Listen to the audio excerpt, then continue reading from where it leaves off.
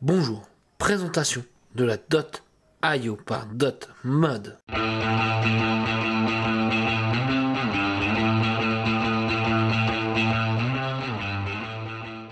Dotmod nous revient avec un nouveau produit. Oui, ça fait plaisir de les revoir avec un nouveau type de vape. On va voir un petit peu ce que ça donne. On va voir surtout ce qu'il y a à l'intérieur, ce qu'ils nous fournissent, comment c'est fait, qu'est-ce qu'ils nous ont proposé. Donc, allez, on va ouvrir un petit peu.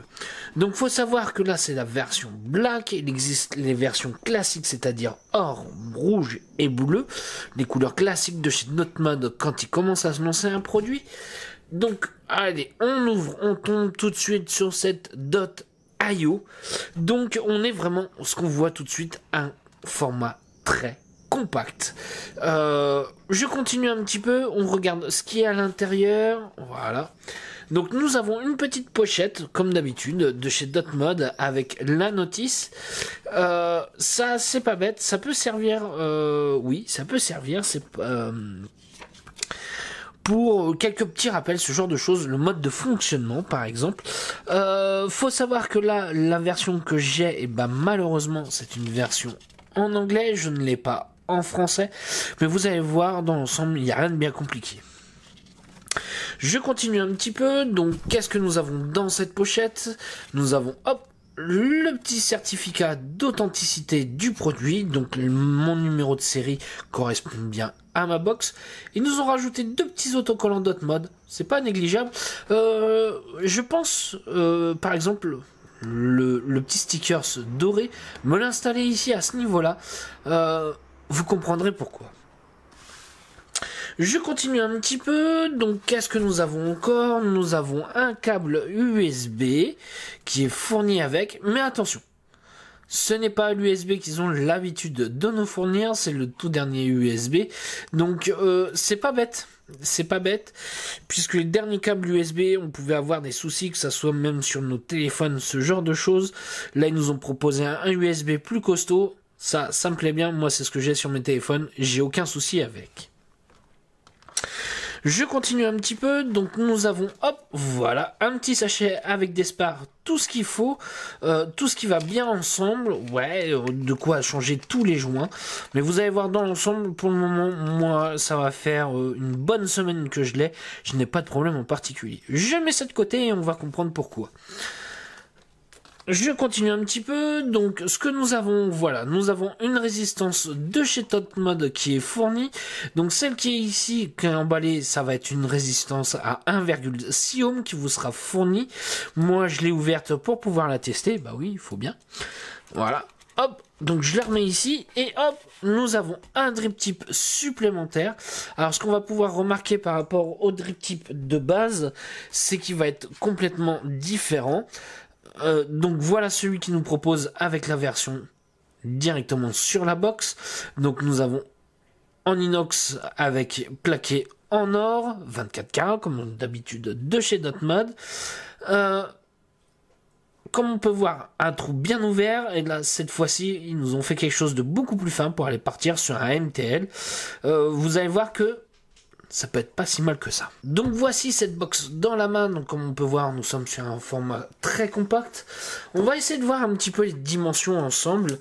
Beaucoup vont me dire oui, c'est une billet box, c'est une copie de billet box. Vous allez comprendre que ça va pas être forcément la même chose.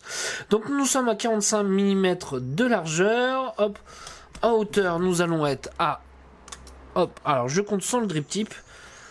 Voilà, nous sommes à 83 mm et en profondeur, voilà, nous sommes à 28 mm.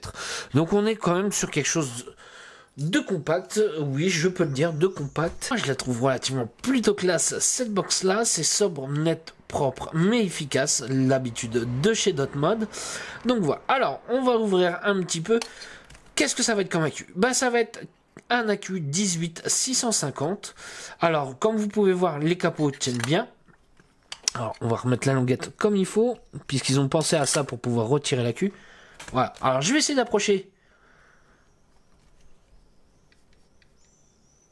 On n'entend rien du tout, il n'y a pas de jeu vis-à-vis des portes, donc là-dessus il n'y a pas de problème. Donc hop, je continue d'ouvrir un petit peu. Nous avons la petite languette pour pouvoir enlever la queue facilement. Nous pouvons voir ici que nous avons un petit bouton, on va voir un petit peu à quoi ça sert. Et nous avons le switch à ce niveau-là, qui est pour moi parfaitement bien positionné. Hop, c'est relativement assez intuitif à ce niveau-là. Ce qu'on va surtout aller voir, c'est ce petit tank que Dotmod nous propose à l'intérieur. Alors, ce qui est pas si bête, c'est comme vous pouvez voir, hop, on retrouve les 3 aimants par rapport à la même porte de l'autre côté. C'est que vous voyez ici, vous avez une petite rigole. Alors, ça va pas être pour le juice qui fuit, non, pas du tout. Ça va être tout simplement vis-à-vis de l'airflow. Comme on peut voir, l'airflow vis-à-vis du tank est à ce niveau-là. Donc, quand on va aspirer, si on met son doigt, bah là, ici, bah, au lieu de tout boucher, et ben on va toujours avoir une prise d'air à ce niveau-là qui va se faire en bas de la box. Donc là-dessus, on n'aura pas de problème. On n'aura pas tendance à boucher l'airflow, à moins de se mettre comme ça, hop. Je ne pense pas qu'il y ait beaucoup de gens qui vapent comme ça avec ce style de box. Pour pouvoir retirer le tank, comme on peut voir, ça se fait très aisément. Ils ont pensé à nous faire, hop, un petit ergot à ce niveau-là. Hop, je vais prendre. Et comme vous voyez, ça s'enlève vraiment tout seul. Alors, ce tank-là, pour pouvoir remplacer la résistance, hop, ben, il va simplement falloir tirer. Alors, la résistance qui est posée directement tout de suite sur la base quand vous l'achetez, ça va être la résistance à 0,3 ohm. Elle est pas mal. Honnêtement, elle est pas mal. Bon, elle consomme un petit peu de liquide. Faut pas oublier, 0,3 ohm. Ça va être un petit peu juste. Mais, franchement, je suis épaté, elle fonctionne bien, ça donne à peu près 30 watts avec les valeurs qu'il nous donne. Donc voilà la résistance, c'est les résistances classiques de G.Mod. Et vous avez pu voir tout à l'heure, j'ai enlevé une petite partie or. Faut savoir que vous pourrez, hop, bien sûr utiliser d'autres résistances. Il nous propose l'utilisation de résistances de chez Aspire, exactement les résistances de Nautilus. Ça va nous laisser un beau choix de panel de résistance. On va pouvoir aller, hop, exactement de 1,8 avec les résistances de Nautilus, et on va pouvoir descendre jusqu'à 0,3 ohm avec les résistances de chez Dotmod. Donc pour pouvoir faire l'installation des résistances de Nautilus, hop, on va reprendre notre base avec l'airflow qu'on a, on va serrer l'ensemble. Donc là on peut voir que la résistance va pouvoir faire contact, et là par contre on va aller récupérer la petite partie que j'ai sortie du kit, et hop, on va revisser l'ensemble. J'ai vissé, j'ai pas besoin de forcer, et là vous allez pouvoir voir que ça s'adapte directement au tank. Et voilà, donc là j'ai pu remplacer ma résistance, autre par qu'une résistance de chez Dotmod. Ça c'est plutôt assez sympa. Quelque chose me dit qu'un petit plateau reconstructible arrivera très prochainement. Au niveau de ce tank là, faut savoir que c'est un tank qui utilise les mêmes propriétés que le tank du MTL, donc vous pourrez mettre tout ce qui est joug agressif, liquide frais, citron, cannelle, ce genre de choses. Vous ne casserez pas le tank puisqu'il a été étudié pour, et ça me fait plaisir. Ils ont pensé à ceux qui aiment bien vaper avec des jus un petit peu agressifs, et le fait d'avoir fait ça, c'est pas si bête. Donc je vais remplir mon tank, j'ai réinstallé ma résistance à 0,3 ohm. Bah oui, on va voir un petit peu ce que ça va nous donner en étant au maximum. Donc qu'est-ce que je vais mettre comme petite juice à l'intérieur? Je vais mettre exactement le Villa 31 de chez DMK, du Villa Boudoir, enfin le dernier de chez eux, et on va faire en même temps savoir ce que ça va donner comme juice. Donc hop, pour pouvoir remplir, vous aurez tout simplement à enlever le petit joint qui se situe à ce niveau-là, et hop, on va pouvoir remplir très facilement.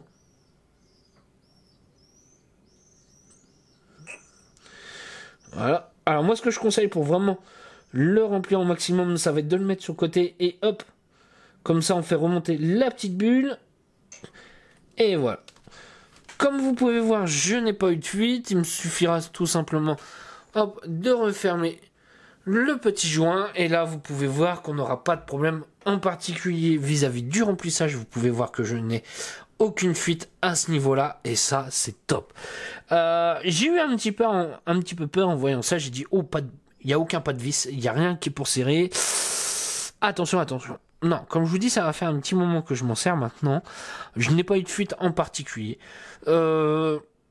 Le seul petit souci qu'on peut dire que j'aurais pu avoir, c'est un système de condensation.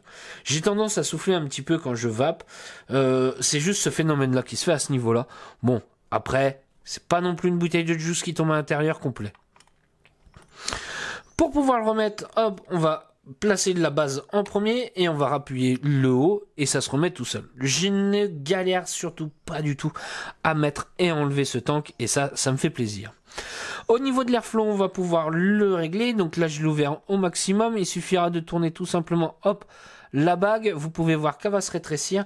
Par contre, petit souci, voilà, on va faire bague ouverte à fond. Vous allez entendre.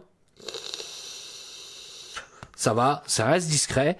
Par contre, hop, quand je vais avoir tendance à refermer un petit peu la bague, voilà, c'est pas le même prix, c'est pas le même bruit. Par contre, si on referme vraiment bien l'airflow, voilà, comme vous pouvez voir, j'ai bien refermé l'airflow, ça reste discret. Voilà, il y a juste que quand on est ouvert à peu près à la moitié, ça a tendance à faire un petit peu de bruit.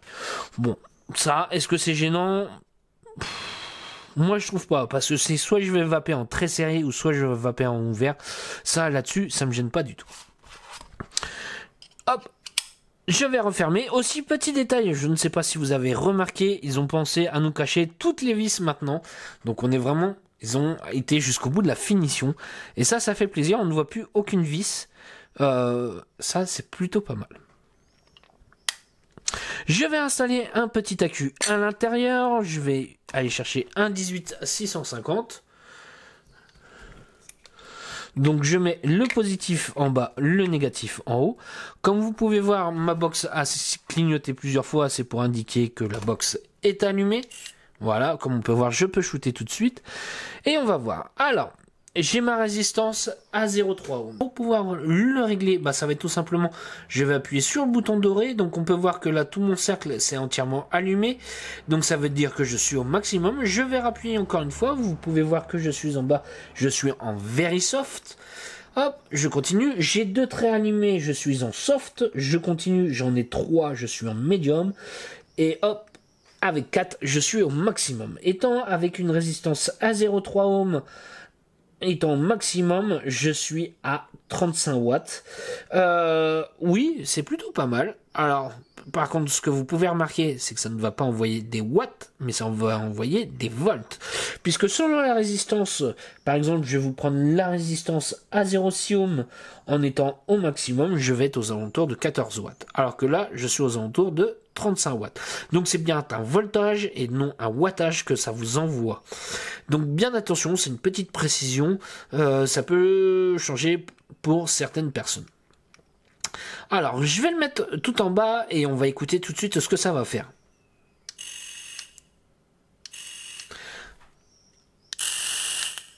Alors, comme vous pouvez voir, je n'ai pas de temps de latence, ça fonctionne tout de suite.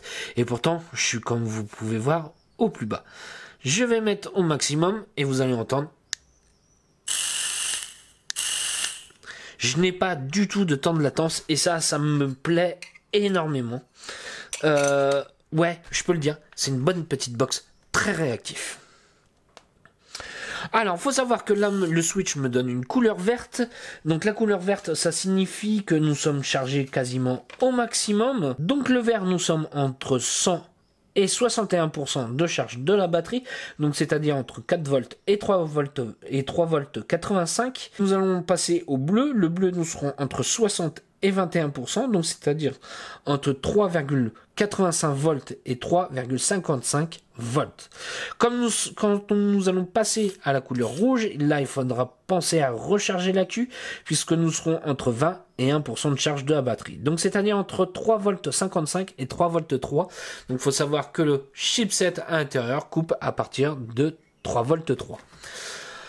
Moi, ça me plaît bien de ne pas avoir d'écran, c'est pour ça qu'on gagne vis-à-vis de la taille, et je trouve que ça fait relativement assez classe. Faut savoir qu'ici nous allons avoir un petit branchement USB pour pouvoir recharger la batterie si on le souhaite avec le câble, mais pas que. Ça va pouvoir aussi permettre de faire les mises à jour du chipset et ça, d'autres modes l'ont pensé et ça me plaît énormément. Allez, on va se voir en plan large pour voir comment ça va. Voilà ce que nous donne la Dot IO dans la main. Donc on est vraiment sur quelque chose de très compact comme je vous disais. Et puis bah là, qu'est-ce qu'on va se faire? Eh ben on va se faire un petit nuage. Donc résistance à 0,3 ohm. Je suis sur un liquide en 50-50. Allez, je me fais ma petite barre.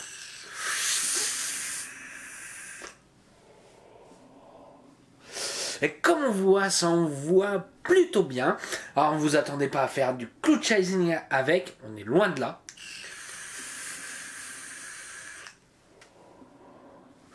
Et voilà. Alors, ce petit liquide. Oh, ce petit Villa 31. Et bah, je le kiffe. Je vais résumer très vite. On va aller très vite sur le liquide. Qu'est-ce que c'est? Bah, du Jet 31. Je n'aime pas du tout le Jet 27 parce qu'on n'a pas forcément ce côté hyper frais. Là, je le retrouve dans le liquide en Villa 31. On est exactement sur la même chose. C'est le genre de choses que je me fais après un bon repas, histoire de bien digérer. Avec le liquide, maintenant, je vais pouvoir sortir sans problème avec la voiture, sans me faire flasher. On va dire plutôt me faire contrôler aux tests d'alcoolémie sans problème. Allez, je continue un petit peu sur cette Dot IO.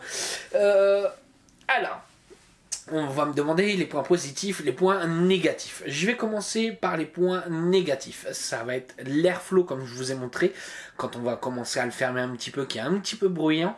Par exemple, quand on le ferme à moitié, voilà, c'est quelque chose que je pense qu'il y a à souligner là-dessus. Le système, peut-être, de la condensation, si on a tendance à souffler dedans. Je dis bien souffler, si on aspire, si on ne fait que aspirer, on n'aura pas de problème en particulier. Vous n'aurez pas de problème de condensation, c'est uniquement quand vous faites ceci. Là, oui, vous risquez d'avoir des problèmes de condensation à l'intérieur, puisqu'on envoie la vapeur à l'intérieur, ce qui n'est pas fait pour. Je continue un petit peu, donc pour moi, les points positifs. Dotmon nous a fait un produit plutôt bien fini. Oui, les portes, l'ajustement des portes. Voilà. On n'entend rien du tout, donc les portes ne bougent pas là-dessus. Le tank qui est de très bonne qualité, comme vous pouvez voir, j'ai un jus agressif à l'intérieur, ça n'a pas broyé le tank sans problème. Donc vous pourrez mettre tout ce qui est jus, citron, cannelle, allez-y, faites-vous plaisir, vous pourrez mettre ce que vous voulez. Moi, ce qui est encore un point positif, c'est le panel de résistance qu'on va pouvoir utiliser, puisqu'on va pouvoir utiliser les résistances propres à Dotmon, la 0,3 et la 1,6 ohm, mais on va pouvoir aussi utiliser les résistances du Nautilus sans problème, donc ce qui va nous laisser une variante de résistance assez importante. On va pouvoir trouver pour tout le monde du mesh, ce genre de choses sans problème. Ce qui me plaît aussi, c'est la taille. Ils nous ont fait un produit compact et ça c'est top. Allez, je vais me permettre de faire une comparaison, même si ce n'est pas forcément le cas. Par rapport à une billet de box, on est carrément plus petit. C'est ça qui me plaît aussi, c'est vis-à-vis de la taille, on est vraiment sur quelque chose d'assez réduit. Donc on va pouvoir mettre dans tout ce qui est poche de chemise, ce genre de choses. Ce qui me plaît bien, c'est que le chipset est relativement très réactif. Hop, je vais refaire écouter encore un petit peu. Je switch. On l'entend tout de suite, la résistance chauffée. Donc oui, ils nous ont fait un chipset relativement assez abouti. Pourquoi elle a été longue à sortir? Parce que justement, il y avait des systèmes d'ajustation vis-à-vis du chipset. Et ça, c'est top. Vis-à-vis de la vape, qu'est-ce que ça va donner? On est sur une vape en DL, nous ne sommes pas sur quelque chose de très aérien. Donc attention, méfiez-vous ceux qui ont l'habitude du cloud chasing, ce n'est pas fait pour. On va pouvoir faire une vape beaucoup plus restreinte avec. Donc je vais vous montrer un petit peu ce que ça va donner. Hop, je vais régler l'airflow. Donc j'ai resserré quasiment au maximum l'airflow. Donc là, comme vous voyez, je fais un nuage quand même moins gros. Donc oui, là on sera plus basé sur un MTL, vraiment quand on est plus serré. Donc là ça sera plus intéressant de prendre le drip tip en Ultem, qui est plus serré. Ça, oui, ça sera un avantage. Est-ce que c'est un petit produit que je vous conseille? Ouais, moi c'est un gros produit que je conseille. Pourquoi? aussi bien un débutant. Il va pouvoir se faire plaisir, c'est pas compliqué, ça fonctionne bien, on n'a pas besoin d'être embêté pour le remplacement de résistance, ce genre de choses. C'est pas du reconstructible pour le moment. Donc ouais, là, pour moi un débutant peut aller largement là-dessus, on n'est pas forcément sur quelque chose d'hyper aérien, on va pouvoir faire le réglage d'airflow, ce genre de choses, et on va pouvoir commencer avec un setup relativement assez classe. Je vais pouvoir le conseiller aussi pour quelqu'un comme moi, qui aime bien vaper, faire... ouais, je dirais, j'aime pas le mot expert, mais quelqu'un de confirmé, qui a l'habitude de vaper sur plusieurs types de matériel, ce genre de choses, ouais, je pourrais largement lui conseiller. Pourquoi? Ça va être par exemple pour le sel de nicotine, celui qui n'aime pas les pods, par exemple, il va pouvoir mettre la résistance à 1,6 ohm et passer directement là-dessus sans problème. Ça, même pour se faire une vape un petit peu plus tranquille le soir pour des juices un peu style tabac, ce genre de choses, où ça va être plus une vape gourmande saveur qu'une vape cloud. Voilà, on aura des très bonnes saveurs avec, puisqu'étant donné les résistances qu'ils proposent, en utilise sont plus que bien réputées. Donc voilà, ça c'est mon petit retour sur la Dot.io. Allez-y, faites-vous plaisir. Si vous avez les moyens, ça sera... vous allez kiffer. Sur ce, moi je vais vous souhaiter une bonne journée, une bonne soirée ou un bon week-end. Salut à tous!